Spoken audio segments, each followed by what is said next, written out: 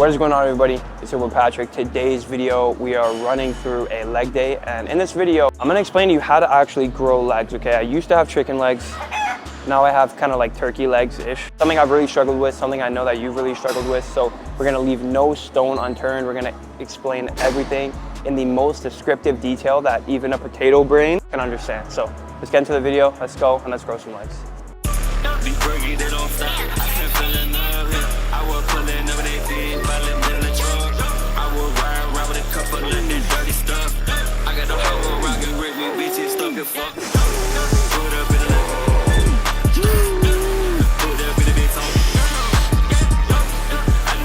All right, so starting with very basic advice that any beginner can really take from this. As you see me do today, starting with accessories rather than a heavy loading quad compound like a leg press, like a hack squat, or like a barbell hack squat. Why are we starting with the accessories? I would honestly recommend to a beginner to start with the quad compound first, the hack squat, the leg press, the barbell back squat. For the main reason is their technique and their intensity is something that is gonna take years to develop. Yes, I said years on legs specifically in order to train it to failure with a high degree of intensity because it's something very, very difficult to do. So why I would recommend a beginner to actually start with their compound work first is because every single week you should just be practicing on going harder. So you want to leave no stone unturned by practicing going to deathly failure on your compound lifts.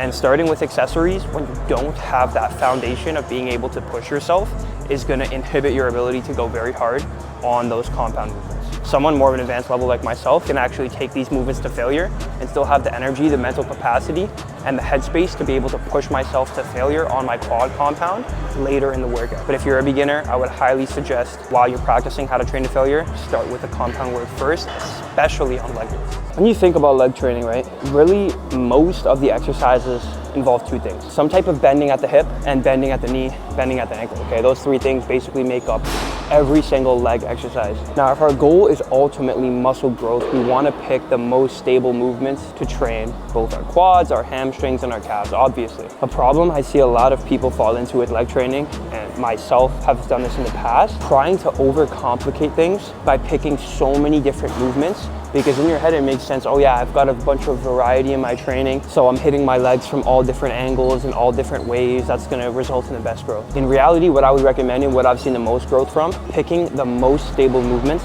a seated quad extension, a seated hamstring curl, a hack squat, a leg press. There's really only 5 to 8 exercises that are extremely stable and that you should push yourself on extremely hard. Because those exercises are so stable, it takes out a lot of variables that are in other exercises like balance, stability, you're holding the dumbbell with one hand, you're squatting with the other hand, like it's too much going on to train the target muscle effectively. So what you'll see in this workout and what I've tried to do with my leg training that's resulted in the most growth, picking the best stable exercises, only 5, 6, 7, or 8 exercises I would even pick, and have different variations of them. You see me on this exercise here, I'm not putting my back against the pad, I'm actually sitting up to give my hamstrings a greater stretch. I have this exercise on one day. Other day of the week, I have myself leaning back into the pad. Using the same machine, but there's variation in how I'm actually performing the exercise, but I'm doing it on the best machine that's available to me. Same thing for the quad training. When we get to the quad extension, I'll show you that. So I think pick the best machines, and changing how you perform the exercise, how you execute the exercise, is gonna yield better results than trying to pick a completely different exercise because it's different.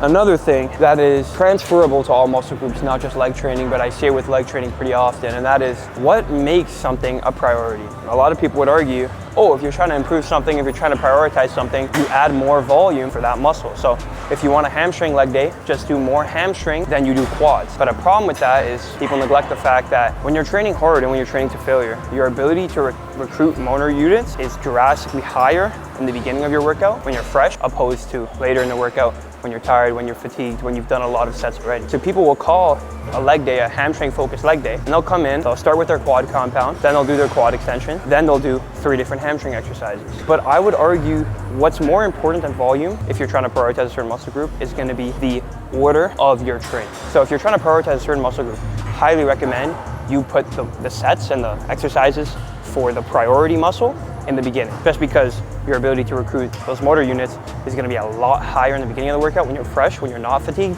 when you've not been training for an hour already, opposed to later in the session. So I would highly argue it's very much more important to have the muscle group that you want to focus on at the beginning of the session rather than just have more volume for that muscle group, which is why today's a hamstring focused leg day, and we're starting with 3 sets of hamstring curls right off the bat, super fresh, right when we step into the gym.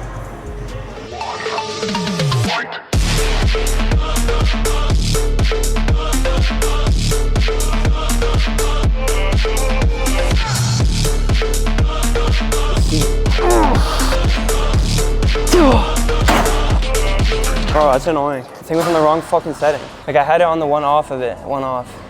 So I can get in and out. I thought I put it back, but I didn't.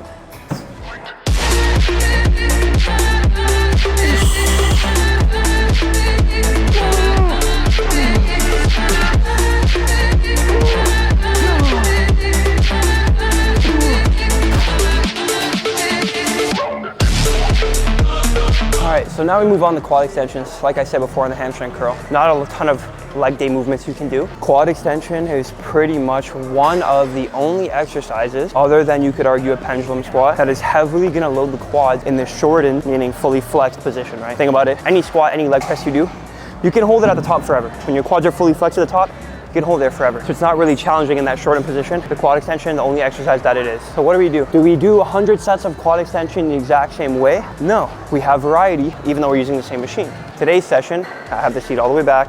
I'm basically leaning back, as you can see in the video. And what's that gonna do? Load my quads very heavily in that lengthened position, stretch, creating a massive stretch, a ton of knee flexion, and also training my rectus femoris, which is like that little inside muscle. Then on my other leg day, I have the seat all the way scooted up, really hard at the sides, actually leaning forward, and then really focusing on that squeeze and on that shortened position at the top. Using the same machine, having tons of variation in my training, just by making small changes to the execution. Okay, a quick cut and the amazing information. If you're enjoying these tips, enjoying the video, drop a like rating on the video. And also, any supplements, I am sponsored, Jag Factory. Code Patrick's gonna save you 15% off. But I have here that I drink in the middle of my workouts, EAAs, carbohydrates, and creatine, all from Jag Factory. So they hook your boy up. So you gotta hook your boy up as well by using my code Patrick. Best supplements on the market, everything I use from Jag Factory. That's what I honestly believe. Link in description, Jag Factory, code Patrick, that's it. Let's get to the rest of the video. Oh. Now, like I said in the beginning of the video, how I recommend a beginner to start with their compound, and then more advanced can, have the quad compound after the accessories. A guy like me, certain machines I can't even do if I try to start fresh. You're gonna see on this one, we already did all our accessory lifts, so pre-fatigued our legs and also mentally pre-fatigued. I'm still gonna max this machine. If I was fresh, I wouldn't even be able to do it at all, so there'd be no point. So that's another tool when you're more advanced. If you find yourself like, hey, I'm pretty much maxing whatever quad compound you're doing, If you have a super light leg press, like this one's pretty light, honestly, because it is a pendulum leg press, or, you're hack squatting 7 or 8 plates and you're like, I don't really feel like hack squatting more weight, then you can just add it, later into your session. But as a beginner, like I said in the beginning, when you're fresh, you want to focus on the quad compound, the heavy movement, just to practice actually training to failure or with a very high intensity, and you will get better if you start with that over time.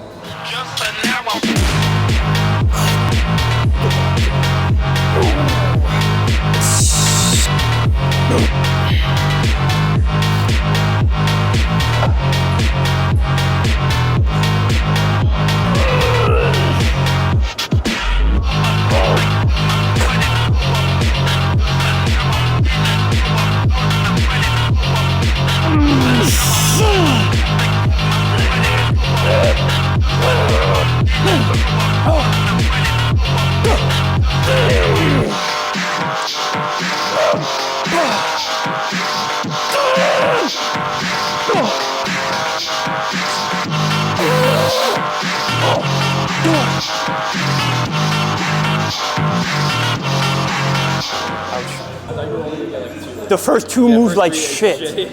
The first two moved like dog. And I was like, nah. I hit 7 last time, so I gotta hit 8.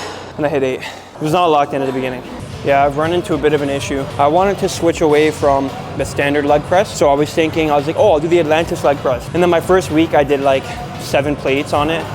So I was like, I really don't have that much room to progress because I don't really feel like loading up 10 plates on a leg press for what? So I was like, yeah, I'll just do the pendulum leg press. Did it for 8 weeks, and now once again, fully maxed out, can't load any more plates for a working set of like 8 to 10 already. So might have to switch back to the normal leg press. I guess that means that's the best one. I didn't really know that. I just thought, you know, they're different, but yeah, that's a problem. If this causes me to tear something or have an imbalance or some shit, I don't know.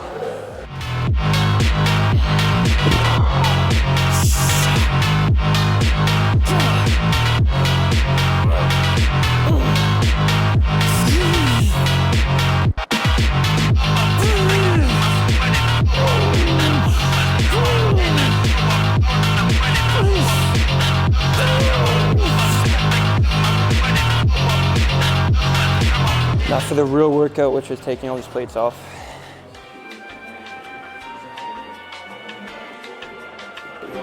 So usually after quad compound, I recommend 10-minute intermission. So, you know, allow blood flow back to your brain. Rinse your face with some nice cold water, you know, regain your sanity, and then finish up the session.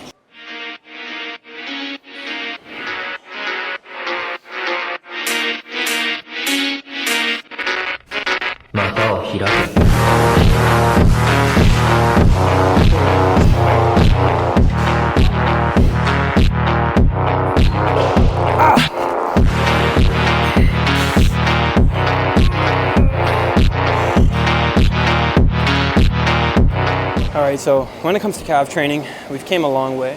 Armand, throw some old pictures up about what the calves used to look like. Used to be as thin as my wrists, pretty much. Still have a lot of work to do, but recently, what I've been finding with calves is that the main portion of the movement, which you wouldn't think of, is that bottom portion.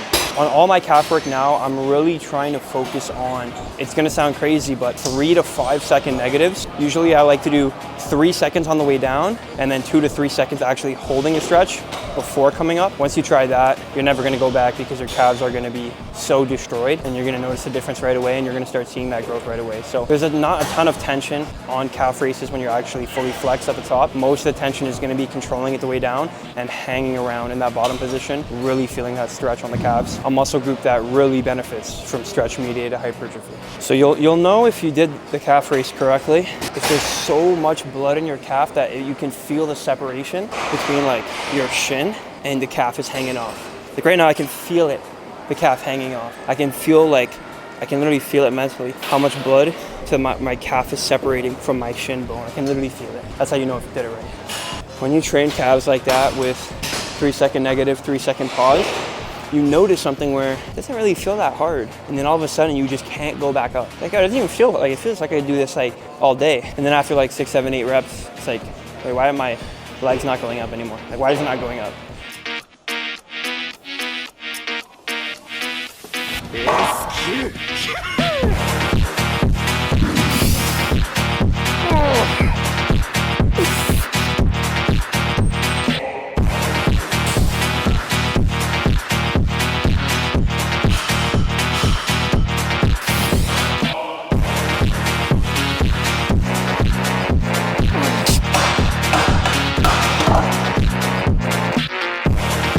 For ab training, like I said, you don't really want to overcomplicate it.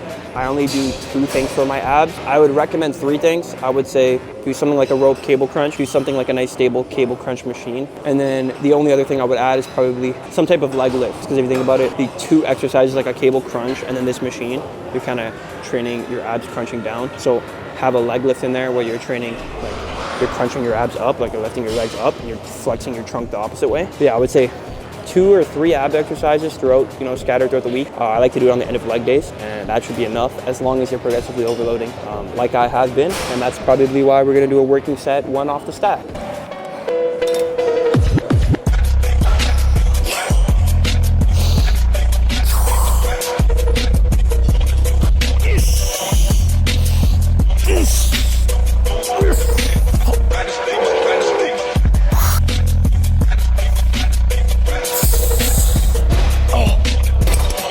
Pretty much it for the leg tips now. I have given a very considerable effort to ab training. A lot of people will be like, oh, abs are made in the kitchen. There's no point of training abs. I would agree there's no point of doing those like bullshit 10-minute ab circuits because that's not training anything to failure. That's doing like cardio essentially. The burning sensation is what you're feeling, but not actually training your abdomen to failure. So how is it gonna grow just like any other muscle? But think of it like this, me or on stage. me and you, we're both 8% body fat, and I can rope cable crunch the stack and you can't, and we're both 8% body fat. Just think for a second logically without thinking about the gym, thinking about science, whatever. Just think logically for 2 seconds. Who do you think is gonna have better abs on stage? So there's my case closed right there. There's my pointing case right there. If you wanna know if you had a successful leg day, your shirt should look something like this. Clearly 2 different colors, so that's gonna be the main thing. All these tips are only gonna work if you have the intensity to back it up. Now let's see what the chicken legs are saying.